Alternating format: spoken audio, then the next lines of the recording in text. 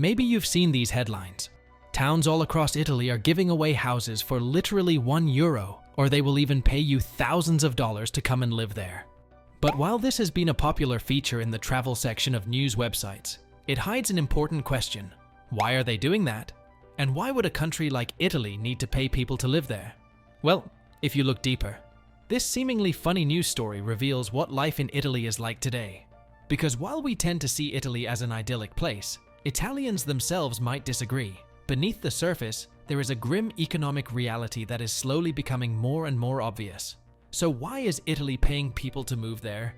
Why are there so many empty houses? And why is all of that really bad news? While it used to apply only to remote mountain villages, now it's a story that's repeated all over Italy. In all parts of the country, and in towns of all sizes, there are millions of empty homes, and the number is rising every year. Many of them are beautiful historical houses in some of the most picturesque parts of the Italian countryside. Houses that are literally part of Italy's cultural heritage. That's why, in order to save them, towns across Italy have been launching so-called €1 schemes. Basically, the towns offer the empty homes up for sale, usually aiming to attract foreigners for the symbolic price of €1, meaning that the houses are basically given away for free. They do come with some conditions, and usually, the buyers are required to contractually agree to spend a certain amount of money on renovation, since most of the houses have been empty for quite a while. But even so, the cost of the renovation is quite low, usually between €20,000 to €30,000. So while a potential buyer gets an extremely cheap property, the local town has one less crumbly house to worry about. But while that's where the articles about this usually end, this is where the really interesting part begins. Because the real question at the bottom of this is, why are there millions of empty houses in the first place? And what does that say about Italy? And, well, the answer, unlike the Italian countryside, is not pretty. But to explain why there are so many empty homes, we need to explain something else first. And that's the fact that Italy has been, for quite some time now, facing two major crises and completely failing to deal with either of them. The first crisis is the fact that since the mid-1990s, the Italian economy has basically stopped growing, and it has been stagnant ever since. Now, this might be surprising. After all, Italy is one of the world's largest economies, and home to some of the most famous brands and companies, from fashion and cars to banking. For a long time, the question of why exactly Italy forgot how to grow has been a bit of a mystery, but recently, a leading Italian economist came up with a pretty complex theory explaining the cause of what he called the Italian disease. It's not that Italians are lazy, but rather that Italian managers and businesses have remained stuck in time. He explains that businesses in Italy have always been rewarding loyalty and connections rather than performance, a lot more than in other countries, and they continue to do so to this day. But while, prior to the 1990s, this didn't matter that much, with the rise of IT where meritocracy and performance mattered a lot more, this practice started to keep the economy from growing.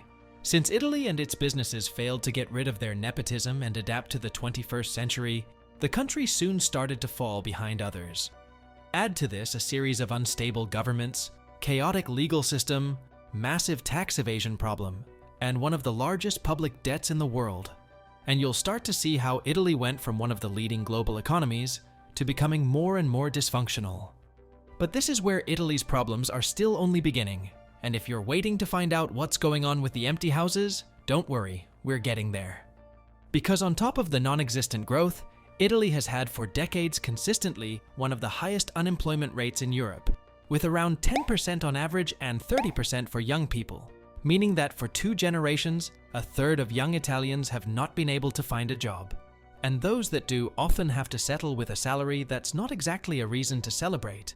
A situation so common that it's known in Italy as the €1,000 generation, nicknamed for a generation of people in their 30s with degrees and high qualifications working white-collar jobs who still make less than €1,000 a month and struggle to get by. So, contrary to our view of Italy as a little paradise, it's maybe not that surprising that it has been for years reported as one of the unhappiest countries in Europe, mostly due to how bad the economic situation has been. Many economic problems are bound to have some consequences, and in Italy's case, this has resulted in a massive exodus of young, qualified, and ambitious people from the country. Since 2008, at least 2 million young Italians have permanently left the country, and hundreds of thousands of people keep leaving every year. And this is not the only demographic problem that Italy is facing. On top of the massive levels of emigration, just like Japan, Italy has been struggling with a trend called the Silver Tsunami. It now has the third oldest population in the world and keeps aging faster than any other EU country. That, combined with the third lowest birth rates in Europe that have been steadily decreasing for the past 15 years, means that Italy has fewer and fewer people in productive working age who can start businesses, build value, and drive the economy. The number of those who need to receive pensions from the state and be cared for by others is constantly increasing, all while there are fewer and fewer children being born. And while hundreds of thousands of people in the productive age choose to leave, and while many countries are dealing with one or two of those challenges, Italy has the perfect combination of all three at the same time. That's why it has been for nearly a decade going through a major demographic crisis that is getting worse every year. Since 2014, Italy's population has been steadily decreasing by almost 200,000 people every year, and it's not going to stop. Predictions say that in the next 50 years, Italy's population is going to shrink by a further 20. And you don't need to be an expert to know that that's not good news for the economy or for the country itself. So, how do the empty houses fit into all of that? Well, because of the economic situation and the demographic crisis, Italy is simply running out of people. And the places where most of the empty houses are usually smaller towns and villages are hit the hardest. The lack of job opportunities and infrastructure in these areas makes it difficult for young people to find work and build a future for themselves. And so, they are leaving behind these deserted, abandoned villages and empty homes that are then marketed as holiday homes for sale to Brits and Americans in a desperate attempt to save these places from dying out completely. Weirdly enough, at the same time, Italy is one of the countries with the highest percentage of adults living with their mum and dad. In 2021, 70% of adult Italians under the age of 34 still lived with their parents. And even in the age bracket of 30 to 44 years, 25% of people still lived at their parents' house. And while this is also a result of the Italian close-knit family ties, many live with their parents not so much by choice, but rather by necessity.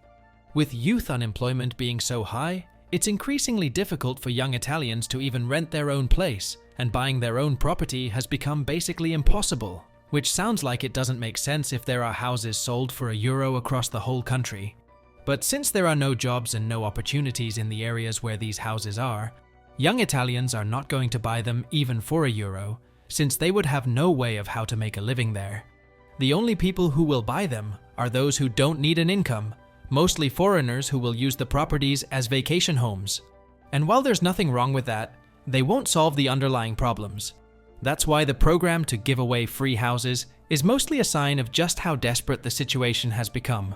While Italy is struggling to keep its small towns and villages alive, the empty homes are a stark reminder of the economic decline. And meanwhile, with the economy being the reason why so many people leave Italy, which then further strangles the economy, the country is locked in a spiral that's increasingly hard to get out of, and the situation is only getting worse.